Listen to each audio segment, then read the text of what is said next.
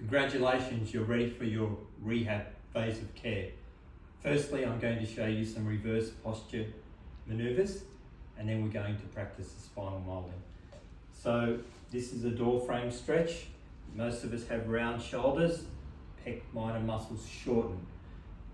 We need to open them up and lengthen them. So Sue's standing in a door frame, so she's already standing in the door frame.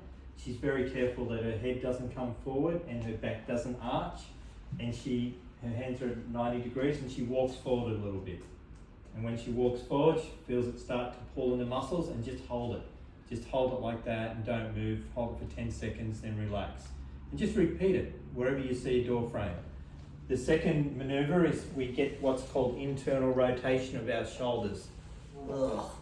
So this is a great technique for lengthening the rotator cuff muscles.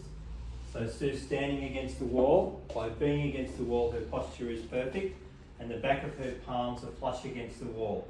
Now, many of you will not be able to do this to start off.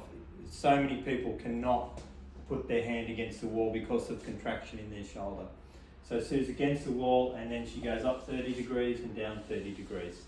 Okay, it's called angel wing stretch. It's fantastic for the rotator cuffs. Great. Okay, now the next thing that we do is at the end of the day, we go into spinal moulding. Now, the goal of the spinal moulding program is that you've been coming in regularly for a month, and most of you, your pelvis is now dead level. And we want to keep it level. We want to put a stretch on these big muscles every night, and we want to open the discs. So spinal moulding, it maintains pelvic leveling, it restores healthy spinal curves, and it opens the spinal discs. Remember, from the side, the spine is not straight. The spine has a forward curve in the neck, a backward curve in the middle back, and a forward curve in the lower back. And we need to maintain these spinal curves, which is what spinal moulding helps with. So the first step is to do 3 preparatory stretches.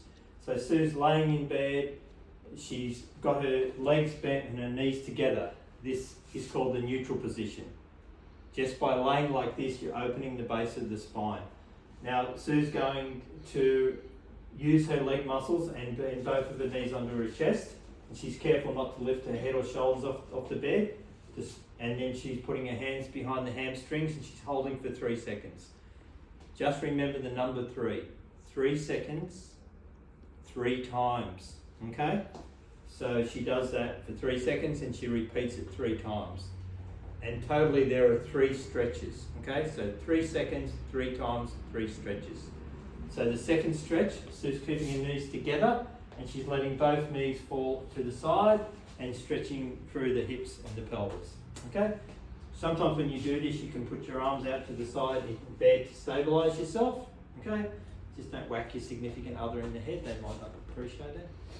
And then the last stretch is for the piriformis. It's the most aggressive stretch, so we do it last. So above the ankle, goes above the opposite knee.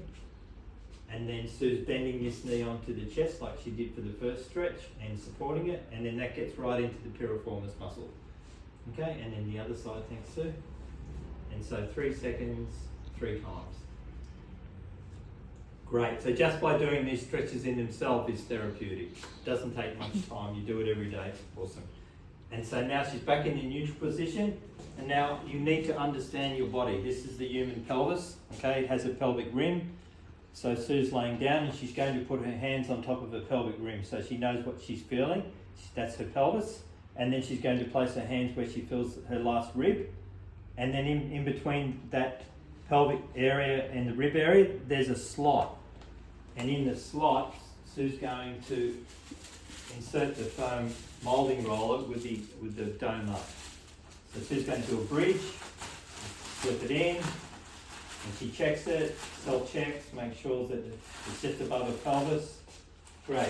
And then she puts one in under her neck, and the one under the neck, you can see how Sue's neck is arced over it. Okay, there shouldn't be any pressure here, and there should be an arc. And then Sue's just going to lay there for 20 minutes. And many people fall asleep with them in. They just leave them there and they fall asleep. They just love doing it. Sometimes when you begin, you might be uncomfortable. If it's uncomfortable after 5 minutes, pull the rollers out and just be persistent and gently, gradually increase your time every day. Okay, so it's been great supporting you on your journey. We've got a way to go, but we're really making progress for you to get to this point.